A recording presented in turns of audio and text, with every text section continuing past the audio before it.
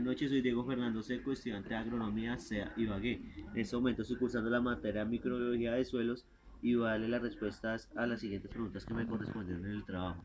Entonces, la primera, ¿qué región del suelo es la más activa desde el punto de vista microbiano y por qué? Teniendo en cuenta que las mayores fuentes de carbono y nitrógeno para los microorganismos rizosféricos son las células que se escaman de las raíces de los árboles. Entonces ahí es donde podemos observar que la parte más activa del punto de vista microbiano.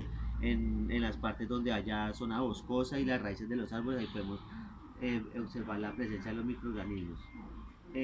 La siguiente pregunta es, ¿qué factores rigen el grado y el tipo de actividad microbiana en los suelos?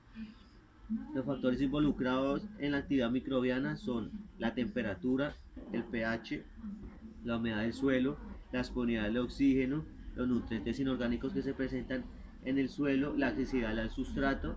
Entonces esto genera que las prácticas de los cultivos ejercen numerosas efectos biológicos que pueden generar efectos directos e indirectos sobre la población microbiana que se presenta en el suelo en esos momentos. ¿Listo?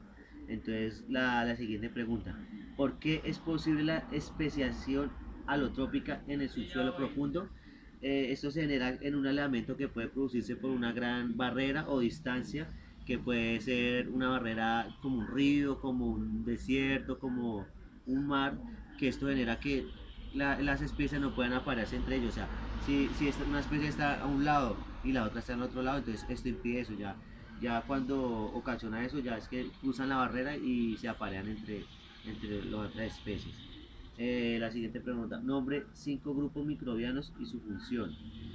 La primera son bacterias acidolácticas, la segunda son bacterias fotosintéticas, la tercera son levaduras, la cuarta son antinomicentes, la quinta son hongos fermentadores, ¿listo? Voy a explicar dos de ellas.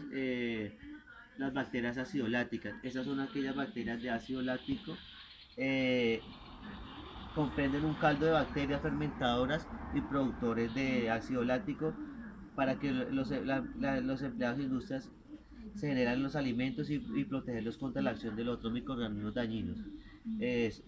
Bacterias fotosintéticas son las bacterias fotosintéticas que se inventaron en el mundo. En el pasado se conocían literalmente como algas verdes, azules o grupos de bacterias que se presentan en la fotosíntesis de las plantas, entonces ahí las podemos observar. ¿Listo? Entonces la siguiente pregunta es por cuáles factores es gobernada la variabilidad de la biomasa y microbiana.